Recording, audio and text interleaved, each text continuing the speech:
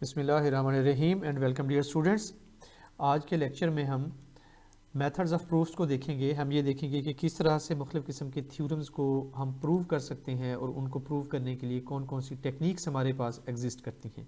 ठीक, so basically techniques को हम देखेंगे कि किस तरह से हमारे पास अगर कोई प्रॉब्लम आ जाए तो हम कैसे ये जज कर सकते हैं कि ये प्रॉब्लम ट्रू है या फॉल्स है। Let we look at some background. A proof is usually written as this, इस किस्म के फॉर्म में लिखा जाता है जैसे फॉर ऑल एक्स। हमारे पास कोई भी एक पर्टिकुलर डोमेन होगी एक्स की, मिसाल के तौर पे पॉसिबल है कि x belongs to an set of natural numbers. So for all x अगर हमारे पास कोई एक प्रोपोजिशनल फंक्शन है या प्रोपोजिशनल स्टेटमेंट है पी ऑफ एक्स, अगर वो ट्रू है तो फिर क्यू ऑफ एक्स भी ट्रू ही होगा। ठीक, ये हमने साबित करना है। The goal is to prove that p of c क्या चीज़ है कि हम x की कोई पर्टिकुलर वैल्यू लेकर उसके लिए इसको साबित करेंगे, ठीक, इस पूरी स्टेटमेंट्स को, और उसके बाद फिर हम उसको जनरलाइज कर देंगे तमाम डोमेन के लिए कि ये तमाम सेट ऑफ नेचुरल नंबर्स के लिए ट्रू है फॉर एग्जांपल। ठीक, we need to show that the conditional statement is true. हमने ये साबित करना है। कंडीशनल स्टेटमेंट क्या है? ये हमारे पास है p of x implies q of x. We will study how to prove it. ठीक, तो ये हमने असल चीज़ ये सीखनी है यहाँ पे। Recall that if P implies Q is true unless P is true but Q is false। ठीक है, यहाँ पे देखें कि P implies Q is true सिवाय इसके कि P true और Q false हो तब जाके ये वाला false होता है, वरना तो वो true ही रहता है। तो इस स्टेटमेंट पे यही बात हमने की। To prove that the statement P implies Q, we need only show that Q is true if P is true। तो हमने सिर्फ ये देखना है कि अगर P true होगा तो Q भी ट्रू हो। ठीक, तो ही हम इस केस को लेंगे, यानी अगर P ट्रू है तो Q ट्रू हो। ठीक, तो ये बेसिकली इस केस को हमने कंसीडर करने की कोशिश करनी है। If P is true then Q is true. Methods of proofs, हमारे पास मुख्तलिफ किस्म के मेथड्स ऑफ प्रूफ्स हैं, जिनमें एक direct proof, proof by contraposition and proof by contradiction. ये तीन बड़े मेथड्स हैं हमारे पास जिनको हम स्टडी करेंगे। कुछ दो तीन छोटे छोटे और भी इसके साथ एसोसिएटेड मेथड्स होंगे जिनको हम स्टडी करेंगे, but mainly we have these three methods. Direct proof. Okay, so पहली टेक्निक जो हमारे पास है उसको हम कहते हैं direct proof. A direct proof is like a conditional statement P implies Q, जहां पे हम ये देखते हैं कि if P is true then Q is true. ये हमने इस तरह से साबित करना होता है और बेसिकली हम इस केस को देखने की कोशिश करते हैं। P is a hypothesis and Q is a conclusion. It is assumed that P is true। ठीक है, हम साबित करते हैं इस किस्म की टेक्निक के अंदर कि P ट्रू है और उसके ऊपर फिर हम रूल ऑफ इन्फ्रेंस लगाते हैं, एक्सॉइम्स लगाते हैं, डेफिनेशंस लगाते हैं, या प्रीवियसली प्रूवन थ्योरम्स को यूज़ करते हुए हम ये बताते हैं कि Q भी ट्रू है। It is by showing that if P is true then Q is true, so we get the solution। ठीक, तो इस टेक्निक को जहन में रखें कि अगर प्रीमाइज या आपका हाइपोथेसिस ट्रू है तो कंक्लूजन भी ट्रू होना चाहिए। एग्जांपल्स को देखने से पहले हम कुछ डेफिनेशंस को देखते हैं। ठीक है, हमारे पास दो डेफिनेशंस हैं। इवन इंटीजर, उसकी डेफिनेशन है the integer n is even if there exist some integer such that n को हम इस तरह से लिख सकें कि n इज इक्वल टू 2 की, तो उसको इंटीजर को हम क्या कहेंगे? Even integer. और अगर there exist some integer n and there is some other integer k, तो हम इस तरह से लिखें तो ऐसे लिख पाएँ तो इस किस्म के नंबर को हम कहेंगे कि वो ऑड नंबर है। ठीक है, ये इवन और ऑड की डेफिनेशन होगी। 1 को अगर हम छोड़ दें तो 2 के मुतालिक देखें, 2 को हम लिख सकते हैं 1 2 multiply 1, so this is even number. अगर हम 3 को देखें तो इसको हम लिख सकते हैं 2 multiply 1 and plus 1, so 2k plus 1, here 1 is k।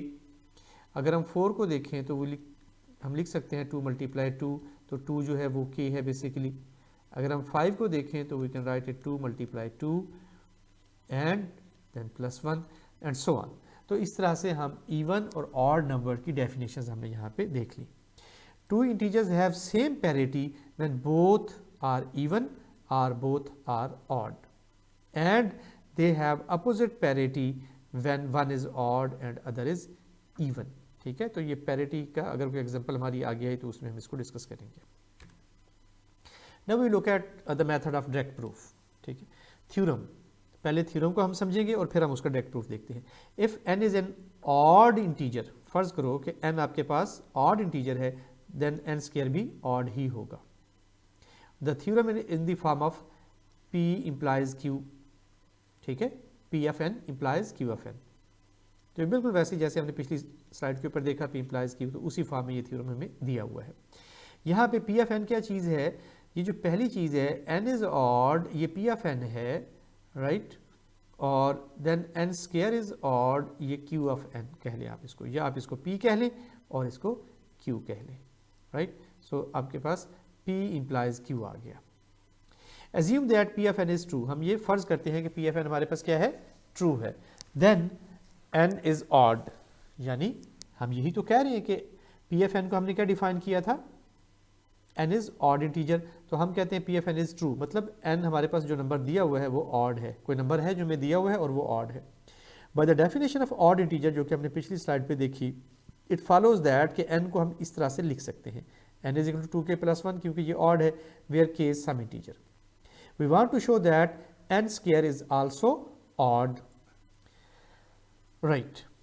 So what we do now, अब हम इसको सॉल्व करते हैं। We square the both side of the equation, ये हमारे पास इक्वेशन है, ठीक है, इस इक्वेशन को हम प्रोसेस करते हैं अब, और उसका ये प्रोसेस इस तरफ दिखाया गया है। We have the equation n is equal to 2k plus 1, हम इसका दोनों साइड का स्क्वायर लेंगे, it would be n square, 2k square plus 1 का स्क्वायर प्लस 2k इंटू 1, वो हमारे पास जो ओल्ड इक्वेशन है हमारे पास a square plus b square plus 2ab, तो उसी को हमने यूज़ करते हुए ये स्क्वायर ले लिया। So n square is equal to, now अगर हम इसको थोड़ा सा सिंप्लीफाई करें तो 4k square plus 1 plus 4k, ये हमारे पास आ गया। और देखिए यहाँ पे जब हम इसको सिंप्लीफाई कर रहे हैं तो मैं एग्जाम्स और दूसरी चीज़ें मेंशन नहीं कर रहा हूँ, ठीक है, तो बेसिकली हम किसी हद तक इनफॉर्मल प्रूफ की तरफ जा रहे हैं, जो कि हमने पिछले लेक्चर में पढ़ा था। ठीक है, हम हर स्टेज के ऊपर मेंशन नहीं करें कि हमने कौन सा एग्जाम या कौन सा रूल ऑफ इन्फरेंस या कौन सा मेथड यूज़ किए या क्या चीज़ यूज़ करके हम आगे बढ़ गए। हमें पता है कि ये ऐसे हो गया, n square is equal to 4k square plus 1 plus 4k, और इसको थोड़ा सा रीअरेंज किया, इसको यहाँ पे हमने इस तरह से लिख लिया, n square is equal to 4k square plus 4k plus 1, तो इसमें इन दो को अगर मैं थोड़ा सा वर्कआउट करूँ तो I can write it 2k square plus 2k plus 1, तो ये मेरे पास एक इक्वेशन बन गई जो कि ये वाली है, एन स्क्वायर दिस। ठीक, तो इसको मैंने यूँ लिख लिया। अब मैं इसके ऊपर एक एग्जाम यूज़ कर रहा हूँ कि 2 ऑफ n इज़ इवन, यानी कोई भी नंबर लेकर अगर मैं उसको 2 से मल्टीप्लाई करूँ तो वो इवन हो जाएगा, वेदर n इज़ इवन और ऑड। मिसाल के तौर पे लेट्स से दैट मैं 3 लेता हूँ, इसको 2 से मल्टीप्लाई करूँ तो इट बिकम्स 6। अगर मैं 4 ले लूँ तो इसको 2 से मल्टीप्लाई करूँ इट बिकम्स 8। अगर मैं 5 ले लूँ, इसको 2 से मल्टीप्लाई करूँ इट बिकम्स 10। इसी तरह से अगर 6 को 2 से मल्टीप्लाई करें इट बिकम्स 12। तो देखिए ये सारी जो इसके आंसर आ रहा है that is even, whereas यहाँ पे जो भी नंबर है इवन है या ऑड है, उसको जब भी मैं 2 से मल्टीप्लाई करता हूँ तो मेरे पास जवाब इवन में आता है। तो ये वाला एग्जाम क्लियर हो गया हमें। तो अब हम इस एग्जाम को सामने रखते हुए n square is equal to 2k square, ये एज इट इज़ मैंने इक्वेशन यहाँ पे लिख दी, और ये सारा नंबर जो है अभी हमने देखा कि कोई भी नंबर हो, ये सारा इवन बन रहा हो या ऑड बन रहा हो, उसको जब मैं 2 से मल्टीप्लाई करूँगा तो वो इवन हो जाएगा, प्लस 1, तो जब मैं उसमें 1 ऐड करूँगा तो क्या हो जाएगा, ऑड। तो एन स्क्वायर मेरा क्या आ गया, ऑड के बराबर आ गया। तो अगर मुझे पता था कि if given number n is odd, तो मैंने साबित कर दिया कि एन स्क्वायर भी ऑल्सो ऑड। ठीक, तो I have proved it, hence the theorem is proved. If p of n is odd then q of n will also be odd। तो ये एक डायरेक्ट मेथड ऑफ प्रूफ लगा के मैंने इस थ्योरम को प्रूव कर दिया। आई होप आपको ये समझ आ गया होगा। अब हम अगली स्लाइड पे आते हैं और एक और एग्जांपल देखते हैं। Theorem, if m and n are both perfect squares then nm is also perfect square। इसको भी हम डायरेक्ट प्रूफ से करते हैं। It is in the form of p implies q। ठीक है, बिल्कुल इस तरह से p implies q। If this is perfect square, then this would also be a perfect square. So what is P now? P क्या है? M and N are perfect square. ये P है और Q के हमारे पास NM भी एक perfect square होगा। P of N is the hypothesis and we assume that it is true. ठीक है, हम ये फर्ज करते हैं कि M और N दोनों के हैं परफेक्ट स्क्वायर्स हैं। और कोई भी नंबर परफेक्ट स्क्वायर कब होता है? मिसाल के तौर पे अगर मैं कहूँ कि परफेक्ट स्क्वायर है तो कोई और नंबर होगा कि जिसका मैं स्क्वायर लूँगा तो वो M के बराबर आ जाएगा, तो मैं कहूँगा कि M इज़ परफेक्ट स्क्वायर। इस बात को जहन में रखें, इस डेफिनेशन को, कि परफेक्ट स्क्वायर क्या चीज़ है। ठीक है, किसी नंबर का स्क्वायर लेंगे तो हमारा मतलब वो नंबर आ जाए, तो वो नंबर क्या कहलाएगा? Perfect square of some other number. So let we suppose that there exist some S and T such that S number का मैं स्क्वायर लूँगा तो वो M के बराबर आ जाता है, और कोई दूसरा नंबर होगा T जिसका मैं स्क्वायर लूँ तो वो N के बराबर आ जाता है। तो इसका मतलब ये हो गया कि M और N दोनों क्या हैं? परफेक्ट स्क्वायर्स हैं। अब हम इसकी सोल्यूशन की तरफ जाते हैं। ठीक है, तो हम Q ऑफ N हमारे पास क्या था? NMS is also a perfect square. ठीक है, तो ये हमारा Q ऑफ N है। मैं यहाँ पे लिख देता हूँ कि ये भी परफेक्ट स्क्वायर ही होगा। ठीक, MN, तो मैंने M की वैल्यू पुट कर दी, मल्टीप्लाइड N की वैल्यू पुट कर दी, इसको थोड़ा सा सिंप्लीफाई किया तो उसका स्क्वायर आ गया। और फिर इस स्टेज पे जब हम इस पे आए तो MN को NM से मैंने ये वाला एग्जाइम और रूल इस्तेमाल करते हुए इसको इस तरह से कन्वर्ट किया। Using commutativity and associativity of the multiplication मैंने MN को NM में लिख दिया एंड ST स्क्वायर। ठीक है, आमतौर पे हम इसको नहीं लिखते क्योंकि जब हम इस स्टेज से इस स्टेज पे आते हैं तो हमें अंडरस्टूड होता है कि हमें ये पता है। ठीक है, तो हम इनफॉर्मल प्रूफ की तरफ मूव कर जाते हैं।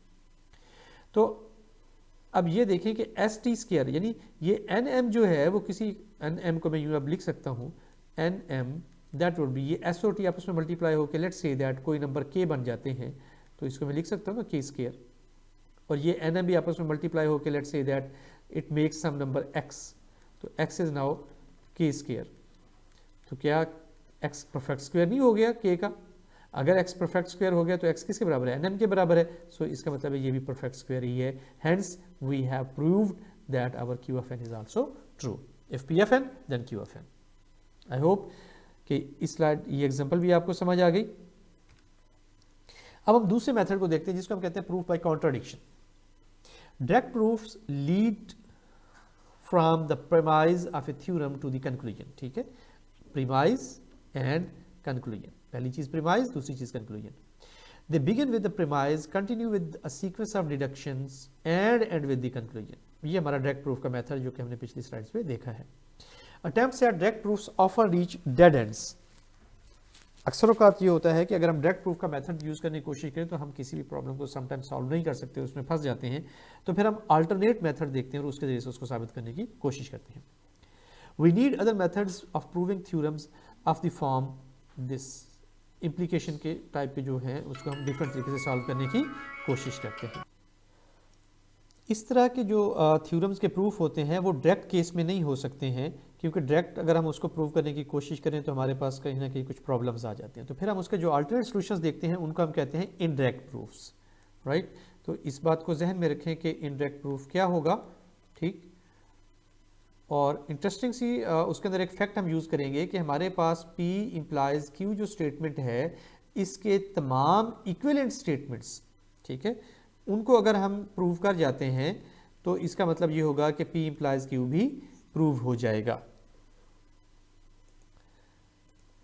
Okay, that do not start with the premise and and with the conclusion. यानी इनडायरेक्ट प्रूफ जो है वो प्रीमाइज से स्टार्ट नहीं होते और कंक्लूजन पे एंड नहीं होते, यानी P से स्टार्ट नहीं होते और Q पे एंड नहीं होते, बल्कि इसका कुछ ना कुछ हम वर्क अराउंड कर लेते हैं इसका। They are called the indirect proofs. An extremely useful type of indirect proof is known as the contraposition या कंट्रापोजिटिव। ये हम पढ़ चुके हैं पीछे और उसको हमने यहाँ पे इस टेबल के अंदर भी लिस्ट किया हुआ है। इसको डिस्कस करने के बाद हम इस टेबल को भी देख लेते हैं। Conditional statement P implies Q is equivalent to its contrapositive not Q implies not P। इस बात को जहन में रखें, P implies Q is equal to this statement। तो हम इसको प्रूव करें या इसको प्रूव करें वो एक ही बात है, दोनों प्रूव हो जाते हैं। तो अगर हम इस तरह से काम नहीं कर पा रहे तो फिर हम इस तरह से काम करना शुरू कर देते हैं। ठीक, this means that the conditional statement P implies Q can be proved by showing that its contrapositive not Q implies not P is true। Right, तो यहाँ पे ज़रा हम देख लें कि ये P इम्प्लाइज Q का हमारे पास टेबल मौजूद है और यहाँ पे not Q implies not P, यानी कि उसके कंट्रा पॉजिटिव का टेबल एग्जिस्ट कर रहा है। ठीक है, अब कैसे इक्विवेलेंट है ज़रा गौर करें कि यहाँ अगर आप देखें P implies Q का जो आउटपुट है और आप not Q implies not P की आउटपुट को देखें तो that is equivalently same, right. जहाँ पे ये ट्रू है वहाँ पे ये ट्रू है, जहाँ पे ये फॉल्स है वहाँ पे ये फॉल्स है, एंड सो ऑन, कोई डिफरेंस नहीं है उसका। ठीक, तो इसका मतलब ये हुआ कि हम अगर इसको साबित कर जाते हैं तो ये भी साबित हो जाएगा। That is a proof by contradiction method. तो दो चीज़ों को जहन में रखना है आपने, P implies Q और not Q implies not P, so not Q implies not P as a contradiction. Example, proof by contradiction. Prove that if n is an integer and 3n plus 2 is odd, then n is odd. ठीक, तो यहाँ हमारे पास देखें ये चीज़ P है और ये चीज़ Q है। हमने क्या करना है, कॉन्ट्रापोजिशन की चूंकि हम बात करें तो हम not Q implies not P को प्रूव करेंगे। Proof, we first attempt direct proof. ठीक है, पहले कोशिश करते हैं, देखते हैं कि क्या हम डायरेक्ट तरीके से इसको सॉल्व कर सकते हैं या नहीं। Assume that 3n plus 2 is an odd integer. ठीक है, हम फर्ज कर लेते हैं, तो 3n plus 2 को अगर ऑड इंटीजर है तो हम पीछे डेफिनेशन देख चुके हैं कि ऑड इंटीजर को हम इस तरह से लिख सकते हैं 2k plus 1 for some integer k। Can we use this fact to show that it n is odd? क्या हम ऐसा कर सकते हैं? Let we try. We see that 3n plus 1 is 2k।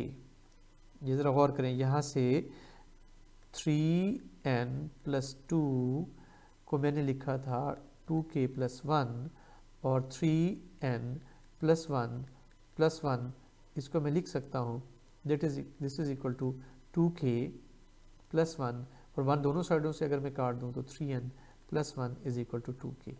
तो यही चीज़ हमने यहाँ पे देखी है कि 3n plus 1 equal to 2k।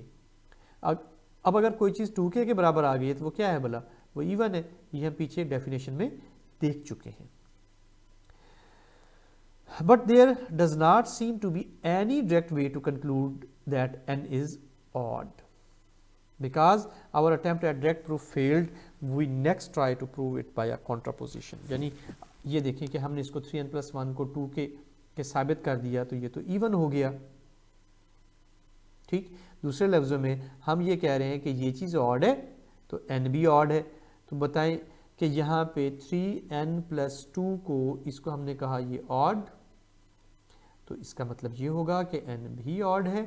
ठीक है, हम इसको कैसे साबित कर सकते हैं कि ऑड है? क्योंकि अगर हमने इसको सिंप्लीफाई भी किया, इसको ऑड के बराबर रखा, इसको इधर से 1 निकाल दिया, इधर से 1 निकाल दिया, तो 3n plus 1 हमारे पास आ गया, वो क्या हो गया? इवन। ठीक, तो हमें डायरेक्ट प्रूफ नहीं मिल रहा, हम इसको क्रॉस करके किसी सिंप्लीफाइड स्टेट तक नहीं जा सकते। और ये जो पर्टिकुलर केस हमारे पास क्रिएट हुआ है 3n plus 1 इवन, अब होना तो ये चाहिए कि 3n plus 1 इवन आ गया है तो इसको तमाम n के लिए इवन रहना चाहिए, लेकिन ऐसा नहीं है। जब मैं n की वैल्यू 1 पुट करता हूँ तो जवाब इवन आता है, जब n की वैल्यू 2 पुट करता हूँ जवाब ऑड आता है, even, odd and so on. तो कंफ्यूजिंग रिजल्ट्स आ रहे हैं हमारे पास इस केस के अंदर। ठीक है, अगर आपको शौक है तो थोड़ा सा इस पर टाइम लगाएं और इसको सोचने की कोशिश करें कि क्या हम इसको डायरेक्ट प्रूफ कर सकते हैं या नहीं। अब हम आते हैं इसके प्रूफ बाय कंट्रापोजिशन के ऊपर। Proof that if n is an integer and 3n plus 1 2 is odd, this is, ठीक है, ये हम कहते हैं P जैसे हमने पहले कहा था, और इसको हम कहते हैं Q, right. P 3n plus 2 and this is odd तो Q भी ऑड होगा। Let there is not Q। Not Q क्या होगा कि वो n इज नॉट ऑड, मतलब n इज इवन। Q क्या है? n इज ऑड, तो नॉट Q क्या होगा? n is even. तो हमने बना लिया कि n is even. By the definition of an even integer n is equal to 2k। अगर n इवन है तो n किसके बराबर होगा? 2k के बराबर for some integer k। Substituting 2k for n, we find that 3n plus 2 is equal to this। इसको जो है यहाँ पे वर्कआउट किया हुआ है तो मैं आपको यहाँ से समझा देता हूँ। नॉट Q मतलब n इज इंटीजर, तो इसका मतलब है n इज इवन, n को मैं लिख सकता हूँ 2k, और n जो है यहाँ पे हम लिखते हैं 3n plus 2। ठीक है, यानी ये वाला n की जगह पे मैंने ये पूरा एक्सप्रेशन लिख दिया 3n plus 2, तो n चूँकि 2k के बराबर है तो 2 के यहाँ पे उसकी वैल्यू प्लेस कर दी, इसको हमने सिंप्लीफाई किया, ठीक है। सिंप्लीफाई करने के बाद हमारे पास ये चीज़ आ गई इधर और ये चीज़ आ गई इधर, ठीक है। और ये जो चीज़ है हम पिछली स्लाइड्स पे देख चुके हैं कि किसी भी चीज़ को अगर हम 2 से मल्टीप्लाई करें, चाहे वो इवन नंबर हो या ऑड नंबर हो, तो उसका जवाब इवन ही आता है, ठीक है। तो जवाब इवन आ गया हमारे पास, और ये नॉट पी के बराबर है ना, यही तो हमने कहा था। ठीक, ये नॉट पी आ गया हमारे पास। और हमने यहाँ पे ये देख लिया कि जब हमने नॉट क्यू सपोज किया था तो नॉट पी हमने प्रूफ कर दिया, और ये इक्विवेलेंट है किसके, पी इम्प्लाइज क्यू के, लिहाजा हमने ये कॉन्ट्रापॉजिटिव का मेथड यूज़ करते हुए इसको प्रूव कर दिया, ठीक है। यही बात यहाँ पे डिस्कस की गई है इस पॉइंट के अंदर। This tells us that 3n + 2 is even because it is a multiple of 2 and therefore not odd. This is a negation of the prime of the theorem, यानी अगर 3n + 2 इवन है, हमने तो ऊपर कहा था कि ये ऑड होगा और इसको हमने p कहा था, तो ये चीज़ क्या कहलाएगी, नॉट p, ठीक। This is the negation of the premise, negation of premise मतलब not p, because the negation of the conclusion of the conditional statement implies that the hypothesis is false, ठीक। निगेशन ऑफ कंक्लूजन ये बस ध्यान में रखें कि हमने not Q लिया था और उससे हमें पता चला कि हमारा जो हाइपोथेसिस है वो फॉल्स है, hypothesis is false, the original conditional statement is true, तो फिर हमारी ओरिजिनल कंडीशनल स्टेटमेंट क्या हो गई, ट्रू हो गई, क्योंकि ये दोनों इक्विवेलेंट हैं। So we have proved it using a method of contradiction.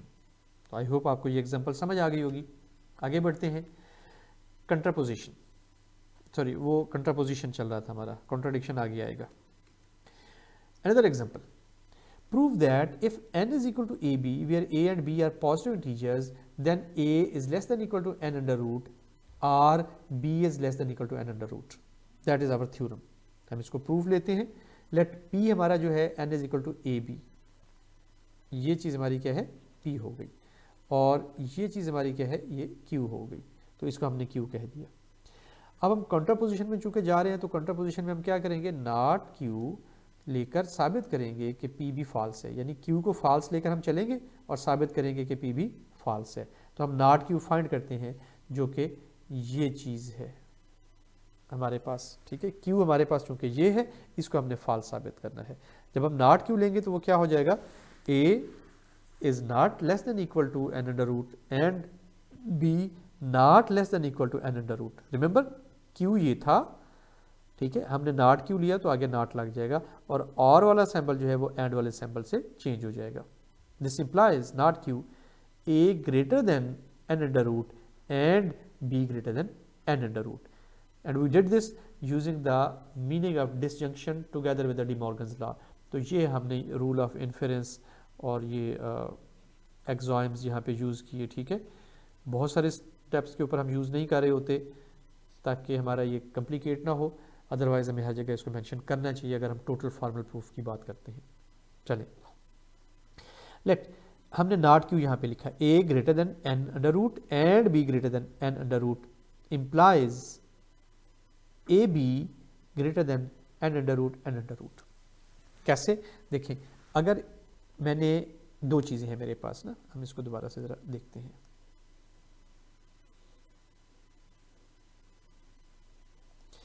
I have a greater than n under root और b greater than n under root, ये दो मेरे पास स्टेटमेंट्स हैं। अगर मैं इन दोनों को आपस में मल्टीप्लाई करूँ तो a multiply b that would be greater then n under root into n under root and a b greater than n square under root and a b greater than n, ठीक है। So finally we will get this a b greater than n. This is not n equal to a b. हमारी statement क्या थी, N A B के बराबर हो। अब ये तो उसके बराबर नहीं है, ठीक है।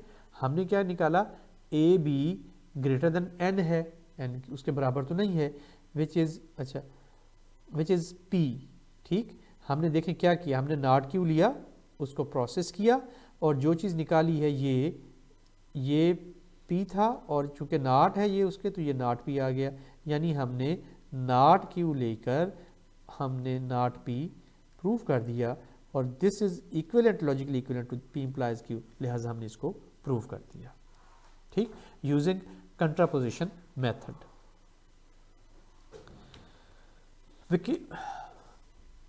Viquests or trivial proof. We can quickly prove that a conditional statement P implies Q is true when we know that P is false.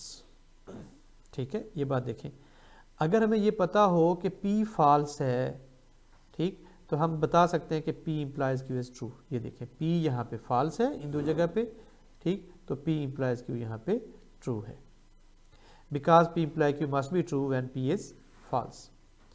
If we can show that P is false, अगर हम ये बता दें कि P false है, then we have a proof called a Viquests proof or of the conditional statement this. अगर हमें पता चल जाए कि P false है, तो हम फौरन कह सकते हैं कि Q भी false है, ठीक है। Q के बारे में तो कुछ भी नहीं कह सकते, लेकिन हम P implies Q के बारे में कह सकते हैं कि ये true होगा, ठीक। If P is false, then we can say that P implies Q is true. Viquests proofs are often used to establish special cases of theorems that state that the conditional statement is true for all positive integers. यानी यहाँ पे इस slide पे मैं आपको ये बताना चाह रहा हूँ कि बाज़-औक़ात ऐसा होता है कि हम सिर्फ एक चीज़ को देख के फ़ौरन कंक्लूजन निकाल सकते हैं कि रिज़ल्ट क्या होगा, ठीक है। इसको हम कहते हैं ट्रिवियल प्रूफ्स, जो फ़ौरन से पता चल जाते हैं। Example trivial proof theorem: show that the proposition P of 0 is true where P of n is, P of n क्या है, if n greater than 1 then n square greater than n, so this is our P and this is our Q, ठीक। solution क्या है, note that P of 0, ठीक है, तो पहली चीज़ क्या है, if n greater than 1, तो हम P of 0 ढूंढना चाह रहे हैं ना, तो 0 greater than 1 ये false है, हमें फ़ौरन पता चल गया ये false है, तो हम फ़ौरन बता सकते हैं false क्या है, P false है, तो हम फ़ौरन बता सकते हैं कि P implies Q क्या है, वो true होगा। Then 0 square greater than 0, ठीक है, तो ये सारी स्टेटमेंट क्या हो जाएगी, true हो जाएगी। We can show that P0 using a Viquests proof. Indeed, the hypothesis 0 greater than 1 is false, ये चूँकि false है, this tells us P of 0 is automatically true, ठीक है, क्योंकि हम implication के अंदर ये देख चुके हैं कि P अगर false हो जाए तो फिर हमें कोई फ़र्क नहीं पड़ता, Q कुछ भी आए, P implies Q जो है वो क्या हो जाता है, true हो जाता है। We can quickly prove a conditional statement P implies Q. We know that the conclusion Q is true. By showing that Q is true, it follows that P implies Q must also be true. A proof this uses is called a trivial proof. तो हमें समझ आ गया कि trivial proof कैसे काम करता है, कि अगर P false हो simple, तो हम फ़ौरन से बताते हैं, फ़ौरन से पहले बता सकते हैं कि P implies Q जो है वो true होगा। अब हम तीसरा मेथड देखते हैं जिसको हम कहते हैं proof by contradiction. Let we want to prove that P is true, let we have a contradiction Q such that not P implies Q, यानी हमारे पास होना तो ये चाहिए ना P implies Q, लेकिन कॉन्ट्राडिक्शन है तो हम क्या करते हैं, not P implies Q is true because Q is false, चूंकि Q फॉल्स है, but not P implies Q is true, ठीक। We conclude that not P is false and P is true, ठीक है, इस बात को जहन में रख लें। not P यानी ये आपके पास P है, not P is false, तो उसका not लेंगे false, तो P implies Q हमारे पास क्या होगा, true होगा and P is true. How can we find a contradiction Q that might help us to prove that P is true in this way, यानी हम ये कैसे प्रूव करेंगे, तो हम उस पे आप आते हैं। Let if R is a proposition, then a statement R and not R is a contradiction. Contradiction कैसे देखें, R और not R अगर आप लें और R and not R आप यहाँ पे लें, ठीक है, this would be 0 1 and it would be 1 and it would be 0, और इसका and जो हमेशा 0 ही होगा, so this is called contradiction, ठीक। We can prove that P is true if we can show that not P implies R and not R is true, यानी अगर हम ये साबित कर जाएं तो फिर हम यहाँ से बता सकते हैं कि हमारे पास जो P है वो क्या होगा, true होगा for some proposition R. Proof of this type of are called the proof by contradiction. तो अब हम इसकी एग्जांपल देखते हैं कि प्रूफ बाय कॉन्ट्राडिक्शन कैसे काम कर रहे हैं। Theorem, show that at least 4 of any 22 days in a month must fall on the same day of the week। ठीक है ना, यानी Sunday, Monday, Tuesday, Wednesday, Thursday, Friday और सैटरडे। ठीक, तो कहने का मतलब ये है कि अगर आप 22 दिन ले लें, कोई भी 22 दिन ले लें महीने के, तो उसमें से कम 4 दिन ऐसे होंगे जो कि एक ही दिन पे फॉल करेंगे। यहाँ पे 4 डेट्स ऐसी होंगी जो कि एक ही दिन आ रहा होगा। प्रूफ क्या है? लेट पी क्या है? At least 4 of 22 chosen days fall on the same day of the week। ठीक है, सपोज दैट नॉट पी, अब हम नॉट पी लेते हैं। नॉट पी क्या है? लेट्स सपोज दैट कि नॉट पी इज ट्रू। वो क्या है? एट मोस्ट, इसको गौर से देखिए, यहाँ एटलीस्ट था, यहाँ एट मोस्ट आ गया। एट मोस्ट 3 4, क्योंकि हफ्ते के 7 दिन होते हैं तो 4 दिन तो उधर आ गए, तो बाकी 3 बचेंगे। At most 3 of 22 days fall on the same day of the week। ठीक है, हमने नॉट भी ले लिया। दिस इंप्लाइज दैट, इससे ये पता चलता है कि at most 21 days could have been chosen। ठीक, इस बात को समझने की कोशिश करें। ठीक, this contradicts the premise that we have 22 days under consideration. तो हम तो 21 days पे आ गए, तो ये उससे हमारा कंट्राडिक्शन बन गया। This is the, if R is the statement that 22 days are chosen, then we have shown that this। ठीक, नॉट पी क्या था? नॉट पी ये था कि एट मोस्ट 3 of 22 days। ठीक है, तो ये है एट मोस्ट। आर जो है आपका, यहाँ पे हम कह सकते हैं एट मोस्ट 3 of 22 days, और ये है at most 3 of 21 days। Consequently, we know that P is true. So this way we can prove it। हम इसी चीज़ को एक और एग्जांपल से साबित करने की कोशिश करते हैं, समझने की कोशिश करते हैं।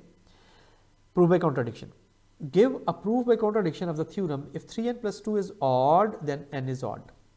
और कॉन्ट्राडिक्शन क्या है हमारे पास? अभी हमने कहा था P इम्प्लाइज, ठीक है, पिछली जो हमने वहाँ पे देखा था, not P implies R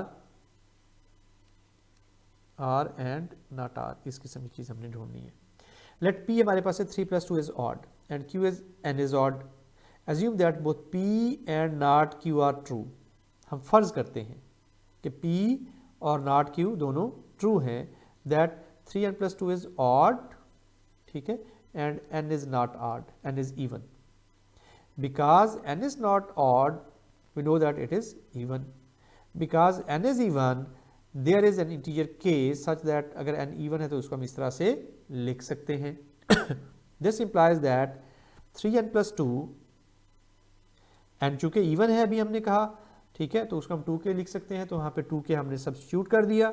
So we get this 6k + 2, जिसको हम लिख सकते हैं 2 × 3k + 1, और ये कोई एक नंबर t होगा, इसको मैं t कह दूं तो मैं इसको कहता हूँ 2t। अब 2t जो भी नंबर हो, t कोई भी नंबर हो, वो इवन हो या ऑड हो, जब उसका हम डबल लेंगे तो दैट वुड बिकम इवन। ठीक है, because 3n + 2 is equal to 2t where t is equal to 3k + 1 and 3n + 2n even. ठीक है, तो ये नंबर हमारे पास क्या आ गया? ये इवन आ गया। नाउ 3n + 2 क्या निकल आया हमारे पास? इवन निकल आया है, जबकि हमने यहाँ पे क्या कहा था? It is odd. So this 3n + 2 is even. ये स्टेटमेंट इक्वल है नॉट p के बराबर, because N integer is even if and only if it is not odd. Because both p, अच्छा अब देखें ये क्या निकला है हमारे पास? इवन निकल आया, और हमने यहाँ पे p पे क्या कहा था? वो ऑड है। अब p और नॉट p दोनों ट्रू हो गए हैं, तो हमारे पास क्या आ गई बात? कंट्राडिक्शन। अगर कंट्राडिक्शन आ गई तो इसका मतलब ये हुआ कि this completes the proof by contradiction proving that 3n + 2 is odd then n is odd, क्योंकि ये कंट्राडिक्शन जो है ये इक्विवेलेंट है P इम्प्लाइज Q के। तो इसको हम हमने प्रूफ बाय कॉन्ट्राडिक्शन कर लिया। Proof by equivalence, to prove a theorem that a bi condition statement a statement of the form this, ठीक है, इसको अगर हमने साबित करना हो तो इस स्टेटमेंट को हम इस तरह से लिख सकते हैं, P implies Q and Q implies P। अब P implies Q direct method से या किसी भी दूसरे मेथड से हम इसको प्रूव कर सकते हैं और उसी तरह इसको भी किसी दूसरे मेथड से प्रूव कर सकते हैं। तो अगर हम ये दोनों चीज़ें निकाल लें तो इसका मतलब होगा हमने इसको सॉल्व कर लिया। The validity of this approach is based on the tautology that P implies Q is equal to P implies Q and Q implies P. Theorem: if n is an integer, then n is odd if and only if n square is odd. ठीक है, तो हम क्या करेंगे, पहले P implies Q find करेंगे, ठीक है, कि अगर P odd है, ठीक है, यानी n odd है तो n square भी odd ही होगा, और फिर उसके Q implies P फाइंड करेंगे, ठीक है। और ये तरीका हम पीछे देख चुके हैं, तो उसी तरीके को इस्तेमाल करके हम इसको साबित कर लेंगे और हमारा ये इक्विवेलेंस मेथड यूज करते हुए इसके इक्विवेलेंस को हमने सॉल्व कर लिया। Proof by counter example, sometime ऐसा होता है कि हमारे पास कोई भी मेथड काम नहीं कर रहा होता तो फिर हम एक ट्रिक अप्लाई करने की कोशिश करते हैं। वो ट्रिक क्या है, a statement of the form for all x P of x is false, we need only find a counter example, that is example x for which p of x is false। ठीक है, मिसाल के तौर पे अगर कोई हमें ये कहे कि all boys from Sahiwal are good in Punjabi language, ठीक। काउंटर एग्जांपल क्या होगी कि हम साहिवाल से कोई एक भी ऐसा बच्चा ढूंढ लें जिसको पंजाबी लैंग्वेज नहीं आती, तो फिर हमारा जो हाइपोथेसिस होगा वो फॉल्स हो जाएगा और हम उसको प्रूव कर देंगे कि ये ठीक है या गलत है, यानी उसकी ट्रुथ वैल्यू निकाल लेंगे basically. Theorem: show that the statement every positive integer is the sum of the squares of two integers is false, ठीक। We look for a counter example to prove it। हम कहना क्या चाह रहे हैं कि कोई भी हमारे पास इंटीजर होगा, लेट x, ठीक है, लेट दैट इज x, तो इसको हम लिख सकते हैं k और l, ठीक है, दो इंटीजर हमने लिए, सम ऑफ द स्क्वायर्स के इस तरह से हम हर इंटीजर को लिख सकते हैं। ये है हमारे पास दावा, hypothesis. We look for a counter example to prove false, a particular integer that is not the sum of the squares of the two integers। तो वो हम देखते हैं कि 1 2 वर्कआउट करके 3 को देखते हैं, तो 3 जो है इसको हम नहीं लिख सकते sum of squares of two integers, ठीक है। कोई भी दो ऐसे इंटीजर्स हम फाइंड नहीं कर सकते जिनका स्क्वायर लें तो वो 3 के बराबर है, और इंटीजर रिमेंबर वो कंप्लीट नंबर होता है। तो इस एग्जांपल के मिलने से हम कह सकते हैं कि हमारी ये स्टेटमेंट फॉल्स है या गलत है। To show this is the case, note that the only perfect squares not exceeding 3 are 0 square and 1 square, ठीक है, ये उसको वर्कआउट करते हैं। Furthermore, there is no way to get the 3 as the sum of the two terms each of which is 0 or 1, ठीक है, 0 और 1 के केस में उसको मजीद नहीं लिख सकते। Hence we show that every positive integer is the sum of the squares of the two integers is false। तो हमने इसको false साबित कर दिया। Mistakes and proofs, आमतौर पे जब हम प्रूफ बनाने की कोशिश करते हैं तो हम बहुत सारी गलतियां कर जाते हैं, वो गलतियां हमें समझने की ज़रूरत होगी, ठीक है। There are many common errors we make in constructing mathematical proofs. Most common errors are related to the arithmetic and the basic algebra. बहुत बुनियादी चीज़ें होती हैं जिनकी हम गलतियां करते हैं और हमें समझ ही नहीं आ रहा होता। Even professional mathematicians make such errors, specially when working with the complicated formula. Whenever you use such computations, you should check them as carefully as possible, and each step of a mathematical proof need to be correct and the conclusion need to follow logically from the steps that precede it। यानी हर step को proper logical exam लगाएं, rule of inference लगाएं, कुछ भी लगाएं और उसके तहत आगे बढ़ाएं। Many mistakes results from the introduction of the steps that do not logically follow from those that precede it। ये बहुत इंपॉर्टेंट है कि अगर कोई एक स्टेप भी पिछले स्टेप से लॉजिकली फॉलो करके आगे नहीं आ रहा तो वहाँ गलती होगी।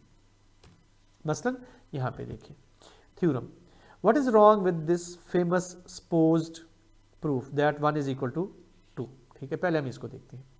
Late a and b are the two equal positive numbers, ठीक है, दोनों नंबर मैं कहता हूँ a जो है लेट 5 है और b भी 5 है, तो a is equal to b हमें पता है, a square is equal to a b, उसका हमने रीजन दे दी, multiply both sides of 1 by a। ठीक, अब दोनों से b स्क्वायर हम निकालें, a square minus b square is equal to a b minus b square.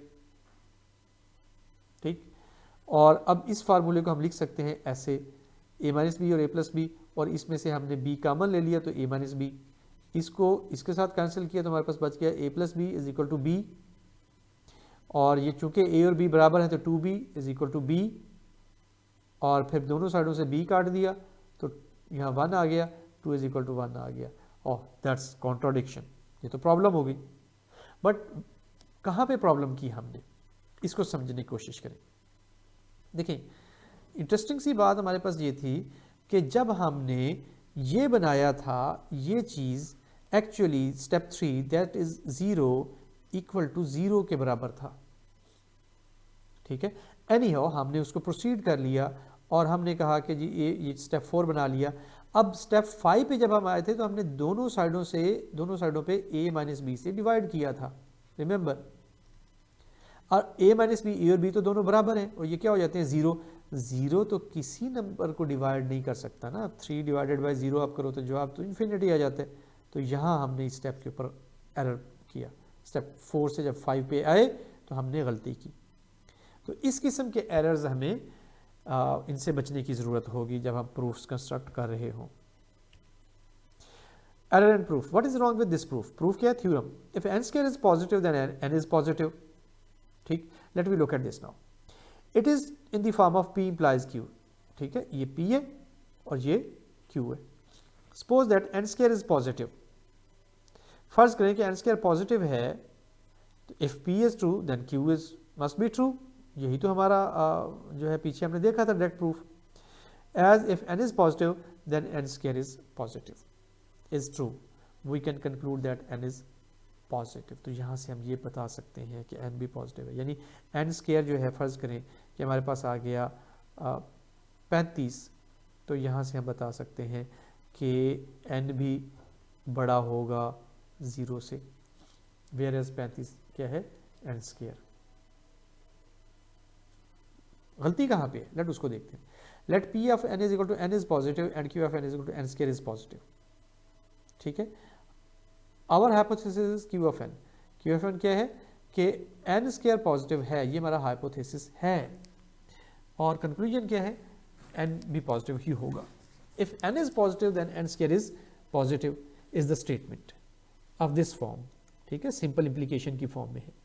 From the hypothesis q of n and for all n p of n this we cannot conclude p of n।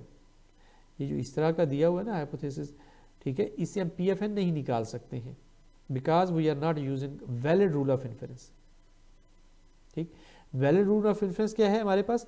अगर मैं इसको p कहूँ, p से मैं q पे नहीं जा सकता हूँ क्योंकि n स्क्वायर है। ठीक है, और n स्क्वायर के पॉजिटिव होने का बिल्कुल ये मतलब नहीं है कि q भी पॉजिटिव होगा। n स्क्वायर मतलब यहाँ पे कोई नंबर फॉर एग्जांपल k है, वो नेगेटिव भी तो हो सकता है, उसका स्क्वायर हो। ठीक, क्योंकि हमने डेफिनेशन के अंदर ये दिया हुआ है कि जब भी स्क्वायर लेंगे तो वो नेगेटिव, उसका भी स्क्वायर हो तो वो पॉजिटिव हो जाएगा। तो हम ये रूल अप्लाई, इस वजह से रूल अप्लाई नहीं कर सकते। ठीक, काउंटर एग्जाम्पल क्या है? इज अप्लाइड बाय n -1 ले लें, फॉर विच n स्क्वायर 1 होगा is positive but n is negative. That's all about for today. I hope कि आज जो हमने 3-4 बड़े बड़े मेथड्स देखे हैं प्रूफ के, वो आपको समझ आ गए होंगे। अगले लेक्चर में हम इससे आगे पढ़ेंगे। सी यू नेक्स्ट टाइम इंशाल्लाह। अल्लाह हाफिज़।